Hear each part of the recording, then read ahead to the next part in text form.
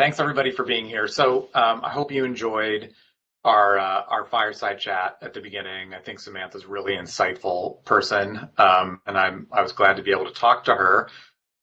Now we get to understand what it's like to buy technology products and services from the perspective of people that bought them. So a really huge thank you to Brian, Jay, Tracey, and Ken for joining me in our Meet the Buyers technology section. I think what I'll do to start out is I'll do a quick intro and question for everybody, and then we'll just get right into it. We have 45 minutes, which is going to go by really quickly. If you've joined us and you want to ask anybody a question, just pop it in chat or pop it in Q&A. I'll try to get to it and ask, or if my fellow panelists see it and just want to ask, they'll do so. So let me start out with Jay Leaf-Clark. He's the head of information technology at Dashlane. Jay, welcome. Thanks. What does Dashlane do? And also, which charity did you choose for donation? Why is that important to you? Great. Thank you so much for having me here. Like you said, my name is Jay Leaf-Clark. I'm the head of IT at Dashlane. Dashlane is a password manager, essentially solving the problem of the fact that everyone needs to have more complex passwords and have diverse passwords in case of a data breach, which is more and more common among businesses and individuals. The organization that I chose is called Shed Light, Spread Light. It essentially is keeping the focus on the issues that are happening around, people of color within the U.S. as the conversation continues, and spreading light on the people who are actually out there doing great things in the community. So I'm super excited about that. I love that. Thank you, and thanks for being here. Tracey Jones, president of Tremendous Leadership. What does your company do, Tracey? And also, what charity did you choose? Hey, thanks so much, John. Tremendous Leadership is a company that's been around since 1965. It's a second-generation company, and we are the leading provider of leadership, motivational, and personal development content, either through publishing, through third-party book distribution, course content creation, and speaking engagement. So anybody that is interested in developing their people to the next level, that's what they come to us for. And the charity that I have chosen is Bethesda Mission, and Bethesda Mission was started in 1914. It's located in my hometown of Harrisburg, Pennsylvania, and it seeks to redeem and restore homeless men, women, children through the love of Christ. And they have a women's shelter, a children's shelter, a free dental clinic, a medical clinic. I'm on the board. It's just an incredible organization, and it is wholly funded by individual donors. They take no government money. So their whole vision is to restore hope and redemption and give people just a more tremendous life. So thrilled to share with them about you. I love that. Thank you. Brian, thanks for being here. Same questions for you. You're the head of IT of Frogslayer. Tell us about Frogslayer and then also the charity you chose. Yes, Brian Cahill, head of IT at Frogslayer. We do business consulting, kind of come into a company and try to figure out what's working, what's not. How can we take that business to the next level? Processes, procedures, marketing. And then oftentimes we'll find that they need some type of technology, and we've got a development team that builds custom software they can use to kind of take their business to the next level. And we host that, providing a SaaS solution. So it's not like you've got to build custom software and host it yourself. We host it for you. For the charity, we chose Startup Aggieland. We live near Texas A&M University, and so we're proud to partner with them. We started as a startup, and we just like to help others get their feet running as well. That's super important. Thank you. And Ken, you're the GM of Technology, Media, Entertainment, and Hospitality at Sterling. Tell us a little bit more about your company and the charity you chose. Excellent. Thanks, John, and thanks for the introduction. So Sterling is the leading provider for global background and identity services. And ultimately what we do is when you go to hire somebody new at your organization, there's lots of things you know about them. Those are the things that they tell you about in their resume, and there's lots of things that you'd like to know that they might not tell you. And those are the things that might also be on their resume that might not be true, or things that are in their criminal background, or things that you may not know about their social presence. And so we build that profile for you through technology and help innovate that through your onboarding process. I chose a charity called the Hacker Fund. And this is near and dear to my heart, given that my wife is a high school teacher. And what Hacker Fund does, and given that I come from a technology background, Hacker Fund gives the opportunity for students in underdeveloped communities to basically take part in hackathons, and teaches them the baseline technology for coding and allows them to get that baseline knowledge. So as they go through high school and so on and so forth, they start to build or understand interests around technology and how hacking can go in a positive light and help to further develop you as an individual. Thanks, Ken.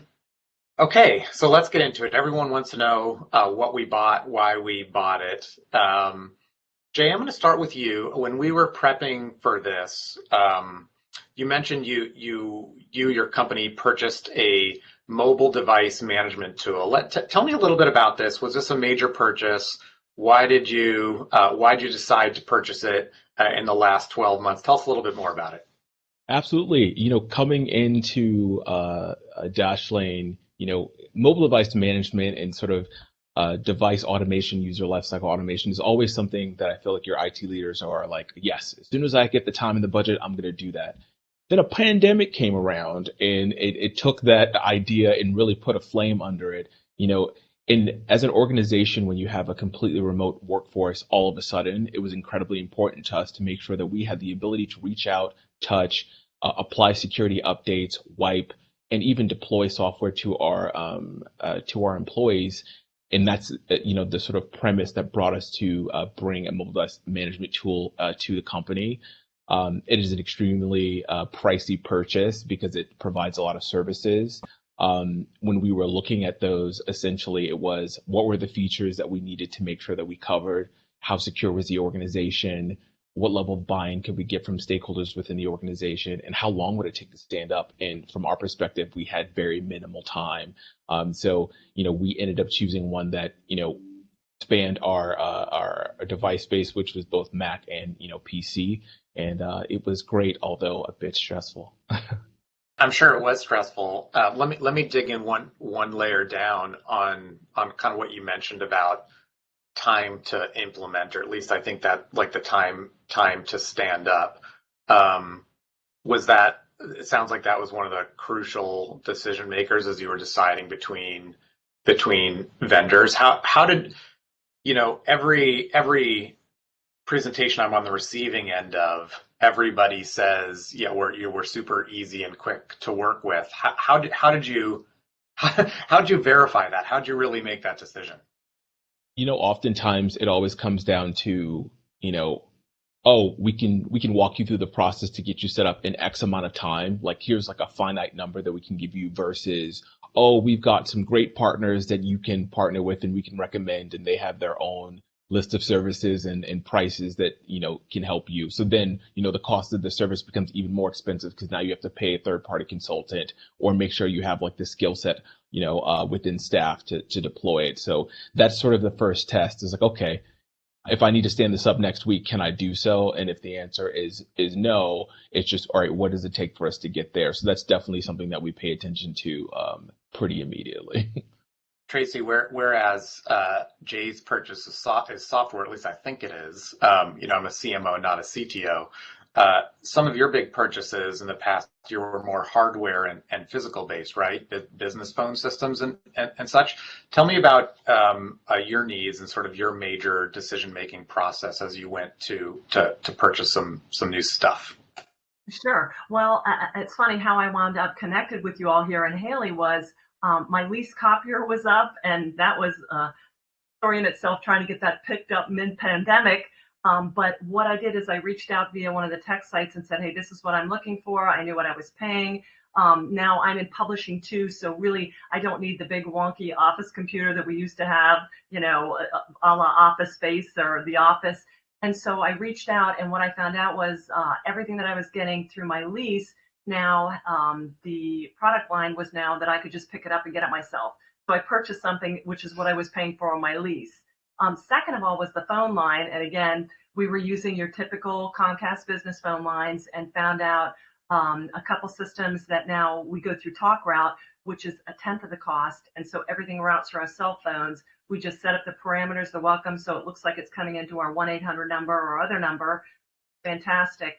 And then the other thing was Google Drive and Dropbox. We used to, again, have the hard drive, and you had to be at the mothership to get a hold of this. But now everybody can work all over the world, and we do have publishing partners and creative content partners all over the world. And now anybody can be anywhere live. And even from virtual assistants, it looks like it's all seamlessly integrated. So that was a huge asset. And then as far as other hardware purchasing, being a speaker and an event planner, we had to get the cameras for the podcasting, the lighting rings, the mics, all the different stuff we were planning on doing it, but this really predicated it moving a lot quicker. Yeah, thanks. That's a great overview. What if you can kind of, there are multiple facets to all of those individual decisions. But I don't think you're a technologist. I'm not a technologist. I don't think you're a technologist, but you're making these technology decisions, moving from hardware to the cloud or whatever.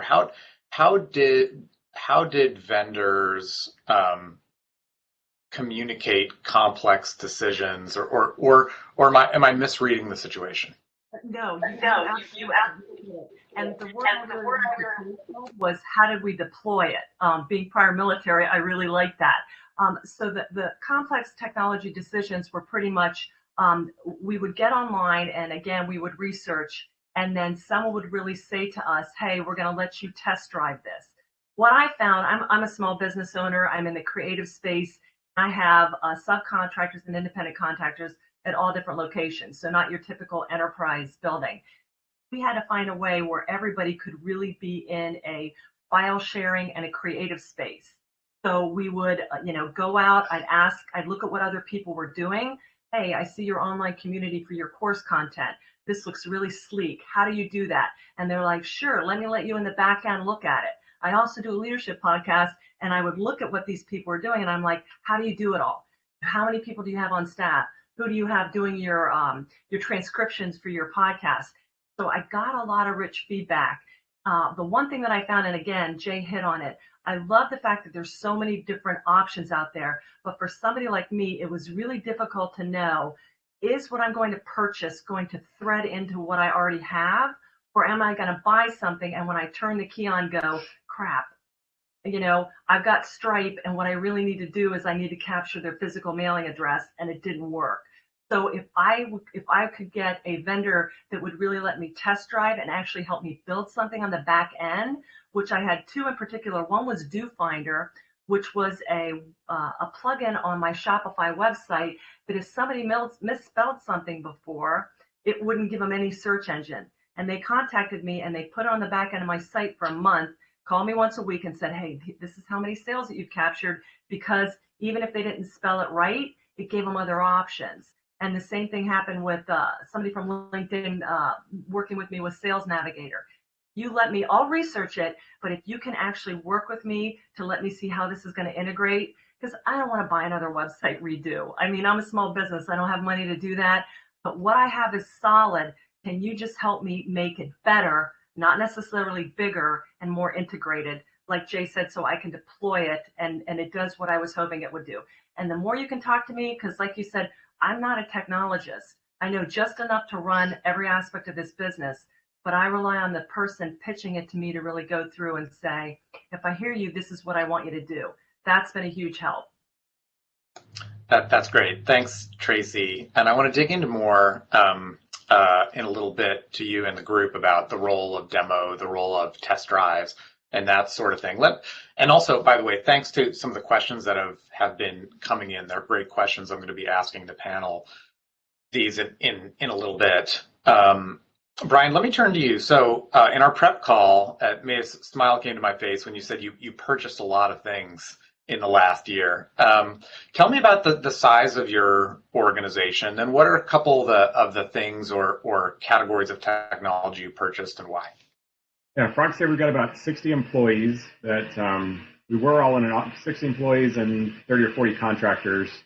The employees were all in an office, and then once we had COVID, we went remote and actually then started hiring remote, figuring we'd stay that way. So we were looking for how do we make things more self-serve, more automated and integrated. And the first thing we got was AtSpoke. It's an IT ticketing system, but it wasn't something where you have to tell people, go to this website and put your ticket in.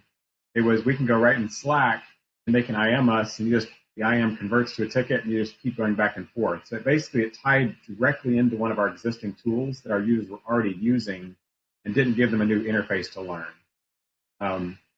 We also picked up Rippling, which is an IT and HR integration piece. So it runs the IT piece of usernames and passwords, which is tied right together with employment start date. So your account turns on at your payroll start date, turns off at the end date.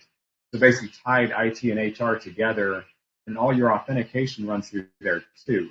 And so it was just another piece to say, hey, let's see how we can, pull the stuff together so that users have less places to go to ask questions or accomplish things. They go into that system and they can access their applications or their HR benefits all in one place.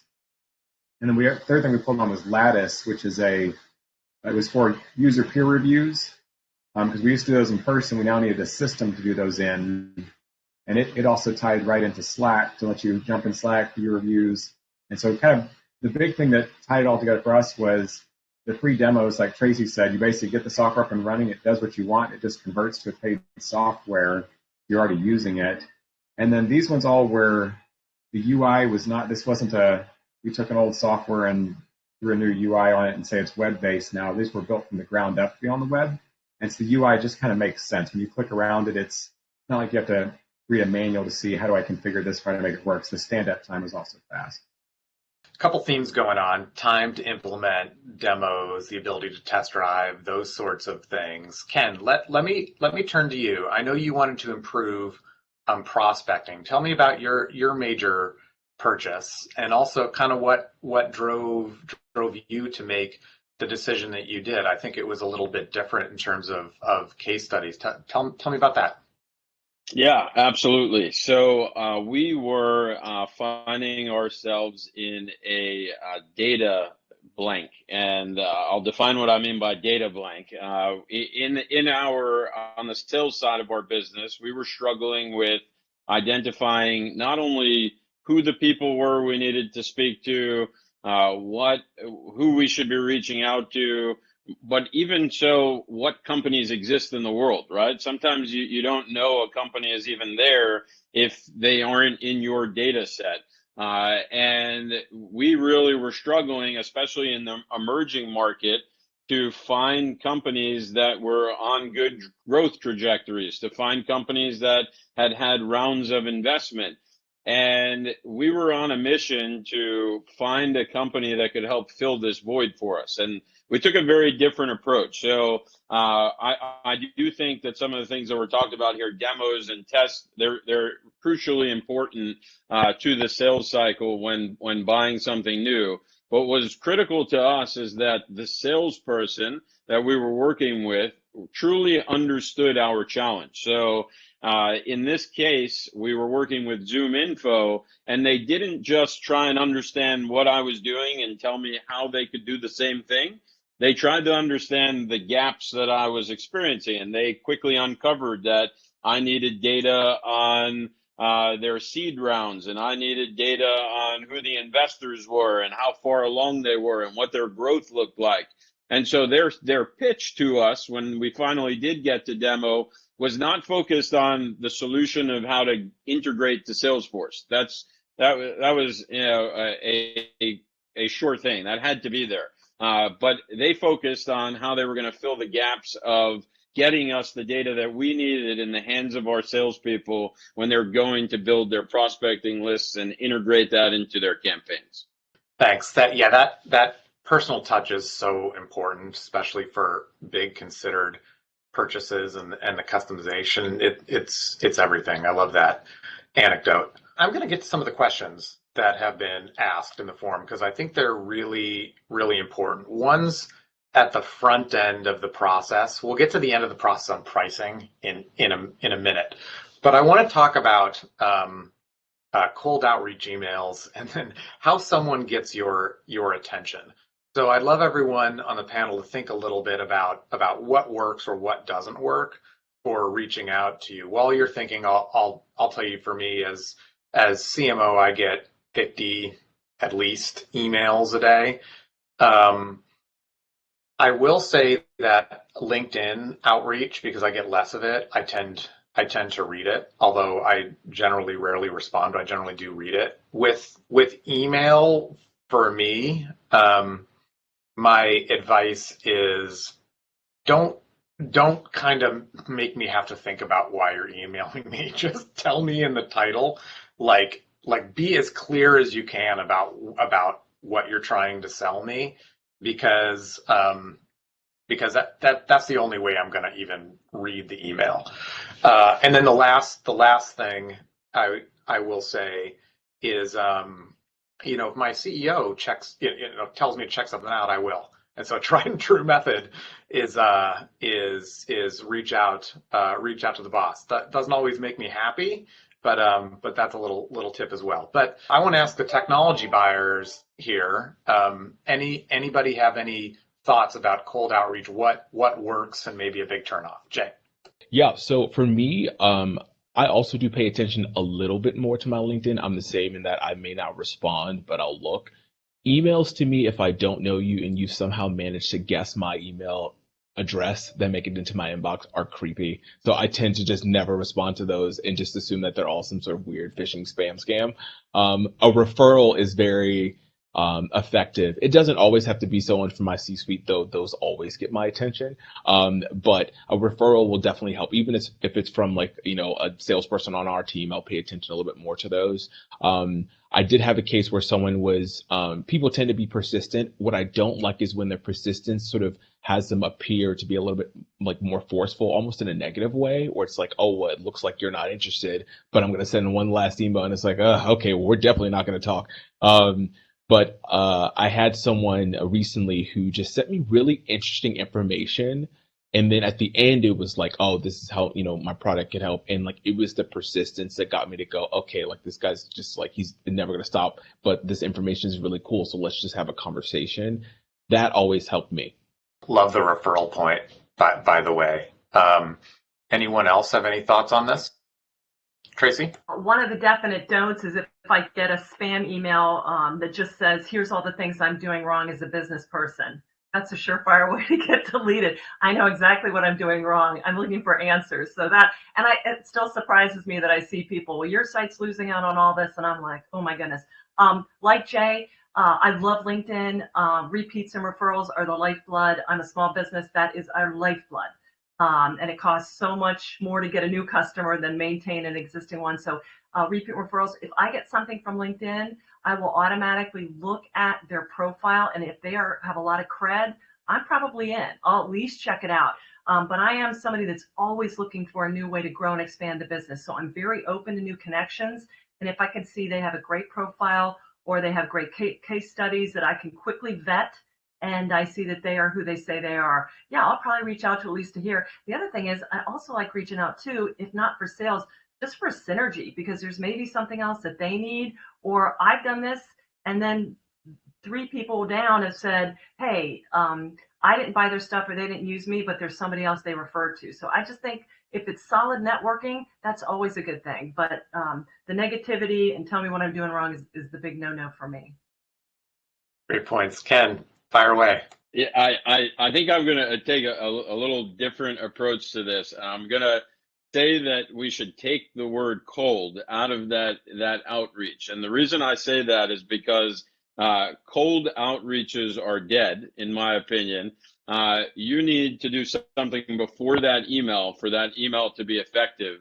And that is do some research on the organization, find out what they're going through, connect your email to the research that you've done, and make that person believe that when you email them, you know more about them than your company. It's too often that these cold emails are, hey, this is Sterling. We're the best background screening company in the world. You should use us. It needs to be, Hi, it's great to reach out to Tremendous. I see that you guys are working in the training space, and we're really grounded in that space. Here's something that we've done specifically in your industry to help you. Was wondering if this is something that's helpful to you. So you got to take that personal approach, and you got to take that extra step before you send that first email, and that will tie it in for me. If you somehow, if I'm reading your email and it connects with me, that you're going to get my attention right away. That's a really great point. Brian. Yeah, I'd say the subject is the biggest one. I read the subject and I either open it or I delete it. And you got to kind of catch my attention with either something I'm currently trying to buy or looking for, or it's a webinar that has some content that would be applicable to us in our business. So it's all in the subject, whether I'm going to open your email or not. That's a good point. I'll tell you something that we do occasionally when we're thinking about subject lines for emails. I'll send them all to myself. Then they'll be at the top of my inbox. I'll take a snapshot on my phone, and I'll send around what you can actually read, because you can only see the first certain number of characters. Okay, so we talked a little bit about the front end. I may want to talk more about research and like when you're interested in a category, what you do next. But let's save that if we have time, because we got a good question that came in about price. And so how much was price a factor in any of your recent decisions? And then also maybe a second layer to that question is there anything that you appreciate or don't appreciate in the pricing or negotiation process that can make or break getting the deal done? Brian, go for it. Yeah, on the pricing side, like when I'm doing my initial research, you kind of have your feature set and your prices, and you're throwing them in a spreadsheet. And so the first thing that usually throws me off is this: contact our sales team. That usually means a whole haggling of which 5 features do you want and don't want and whatnot. So kind of upfront pricing, we really like that. And then something where the pricing just scales. You can see, like, when I hit 100 users, what's it going to cost me? Yeah, just the ability to see that the pricing right up front and the feature set, and then throw that quickly into your spreadsheet, and then compare price and feature. The upfront pricing, and then the pricing that just scales with you, that doesn't require a 3-year contract. It's like, you start with 5 users. Once you add one more, it just next month bumps up one. Because the contracts are always, you got to go through all the process to get them, but you can sometimes get a 3-user license, start using something, and then it just grows with you. Well, while others are thinking if they want to jump in, I'll just say, like what you said about pricing transparency.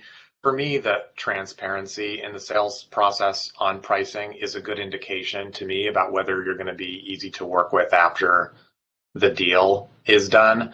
I know that all the technology vendors that I use want to make margin. I'm not trying to make my partners upside down on deals. I just want to have a transparent conversation. That's me. Anyone else want to weigh in on the pricing topic, Ken? For me, the price comes down to the proper allocation of ROI. So I think the closer you can tie me to the results the outcomes that I will achieve by purchasing the software, that makes the price much easier for me to discuss with my executive team in order to get the funding. It's often, especially with software, we're usually talking about, it's not usually a rip and replace. Sometimes it is, but sometimes it's new and innovative, and there is no budget for it. And the only way to get there is to understand what the ROI of the purchase is, and then ultimately to see that roll out and come to fruition, and then we can start a long-term relationship. So I think tying ROI to a short-term upfront commitment of a year or somewhere around there, with a longer term fished out after that once we've proved that ROI. I like both of those points. I really am a firm believer in the pay for performance business model, like in what my company does with digital marketing, for sure. I totally agree with that. Jay. Brian's point and Ken's point, I feel like, are spot on. One, I hate to have to guess. I have no idea how much the product is going to cost, and it may waste a bunch of people's time. So it's good to have an idea on your site how much you cost.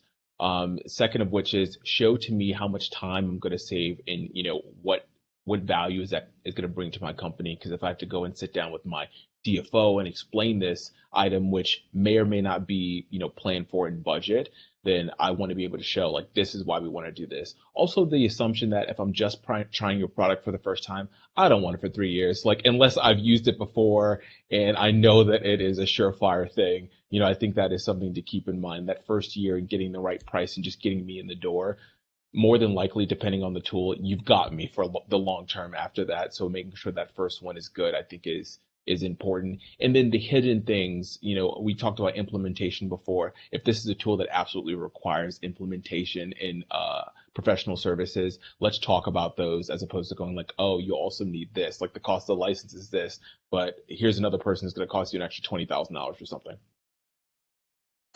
Thanks, Jay. Tracey, round us out. Yeah, just last thing, kind of what a lot of them were saying, and Ken, the last two things that I've bought have been actually, they've let me test drive and actually work it for a whole month, kind of for free. And they let me see that I got an ROI, which is why I went with them. The other thing is too, if when you're pricing something out and you see how this is going, if there's I know nobody can promise anything, and I'll speak from this as a publisher where we really get into a lot of heavy digital marketing and marketing for our authors. If something does not perform as the expectation was, that there's a way that they can work to make them whole. And I want, everybody should make a profit. That's not, please hear me out. But there's been some times where I've been sold something and it has failed miserably. And I've gone back and said, hey, listen, this did not pan out anywhere near like what I thought. And some people were like, we're going to make this right. And other people were like, so bad, so sad, too bad. And that's just no way to do it. The other thing Jay said, contracts, the 5-year contracts should be a thing of the past. Business changes so quickly. Like if you went under contract for buildings and stuff 2 years ago, who knew that they'd be sitting empty a whole year? So I think with people when they design the pricing, and I love the being upfront, don't make me guess, but then be flexible, because at any given time, business conditions really change, and you got to work with the customer, because if you work with them and you do some kind of recovery plan with them, or way to make it right, or to get them where they need to be. As a publisher, if we find out this isn't working between me and the author, I'll make them whole and find a great publisher for them. So I just think that's really critical too. Yeah, standing behind your work and your technology, I think builds you almost build credibility more through your failures in some cases. Okay, we've got about 10 minutes left, so I think I'm going to try to go into the rapid fire mode here.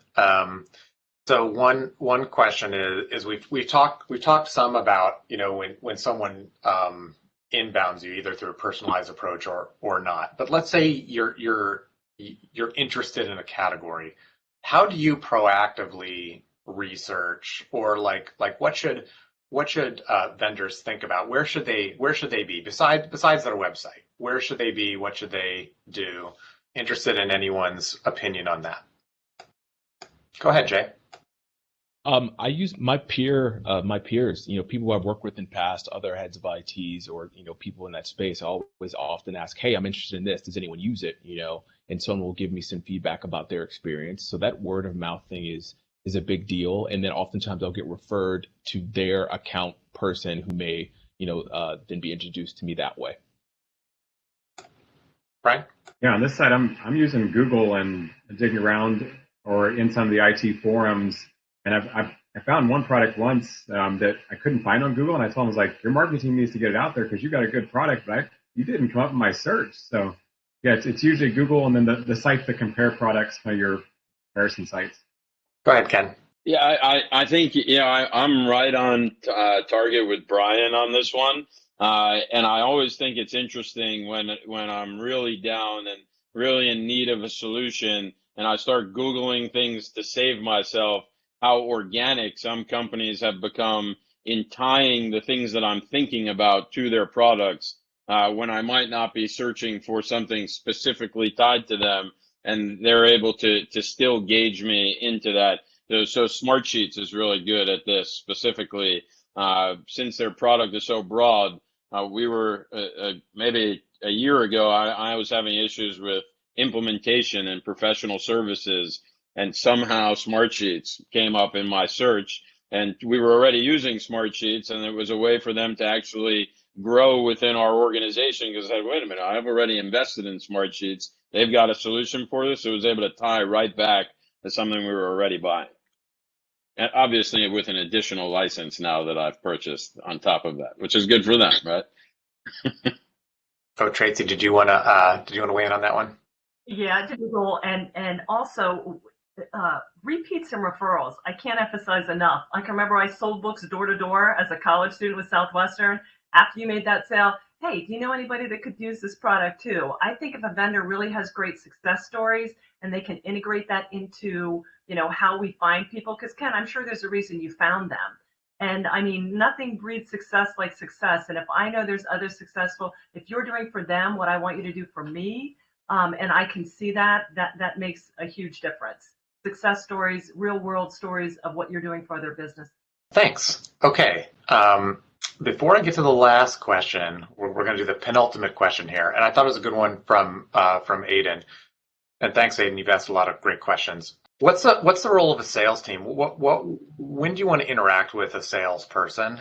While you all are thinking of your answers, I'll just provide mine. I think that I kind of think of it as a price point. If something's like $1,000 a month or less, I probably expect to be able to buy it self-serve. And if something's more expensive than that, I probably want to talk to someone. So that's one lens. Does anybody have any other thoughts on the role of an automated sales process versus a salesperson? Go ahead, Jay. I would say for me, if the spend is going to be, over 10 grand, or if it really requires implementation, where I couldn't do it myself, that's typically when I would want to talk to someone. I love self-serve. Ken? I concur with Jay on that, and I think you as well, John. The complexity definitely drives the need for a sales team. As I think, as many of us are seeing, sales teams are quickly growing into SC teams as the complexity of products are continuing to go up. I would love to buy things without engaging a salesperson or a solution consultant, and so I think it comes down to your individual product. And something that you brought up was if I can implement this thing on my own, Smart Sheets, and it's a good example of this, right? You don't need somebody to start, but it grows on you, and then they bring in the salesperson, and then they bring in the SC, and it's an interesting buying process, and one that I think is very easy, because to Tracey's point, you get to try it, then you get to expand with it, then you get to learn the ROI. And then the SC comes in and says, let me pull all these pieces together for you. I'm going to charge you a little more, but you're already knee deep in this, and I've got a lot of ways to make this even better for you. I mean, it's a very comfortable buying process when you sort of think of it that way. Brian or Tracey? Brian? A lot of the stuff I'm looking for is software that actually does something. So if I can quickly get that, click the button, get a 30-minute demo where somebody can show me the stuff and I can ask a whole bunch of questions, sometimes it's a lot faster for me than just looking through the little videos on your site and whatnot. So I really enjoy those, just the little thing that has a schedule now, pick a time slot, and then somebody does like a live demo with questions. I love that you mentioned that. I love booking something myself with a demo. I mean, it just saves that email process, which is just so brutal. Tracey, you want to round us out on this question? I still like talking to somebody. So like Ken said, this natural progression, let me play around, let me Google it, let me look at some videos. But then anytime I have a site where I'm looking to integrate an app or anything like that, if I hit the chat and somebody pops on or calls me and talks me through it, that is really helpful for me making the decision. Okay, we're just right about at time. Let me thank all of you before I ask my last question. Thanks a lot to all of you. Thanks everybody who attended, and I hope you all stick around for the Rate My Landing Page session, which is at the end. It's going to be really fun, where we're going to pull up some B2B landing pages and talk through them. And you can submit yours if you'd like some live feedback from experts. So last question for everyone, which is let's imagine the audience is comprised of people who want to sell you technology. What would your one piece of advice be? I'll start. and that is, I'm super busy. Just make your communications super clear. That's the best way to get my attention. Anyone else? Jay? I would say have an idea if this is something that I would possibly want before you waste a bunch of time. But also, keep it brief and hit me with the facts really fast. Ken? I would say, and I'll go back to the question I answered earlier. I would say, know me better than you know your product, and you'll win me over. Tracey? Just like what they said, the more research you can do, I may not even be aware of what I need, but if you do a little bit of research and know how you can fill a gap or create a solution for me for a problem I didn't even know I had, that's huge. Brian? Make something faster or easier for my employees or for IT, just something that's taking us to the next level as far as our business and our efficiency. Thanks, everybody. Really appreciate it. This was super fun for me. Thanks a ton. And to the audience, thanks a lot. We'll sign off.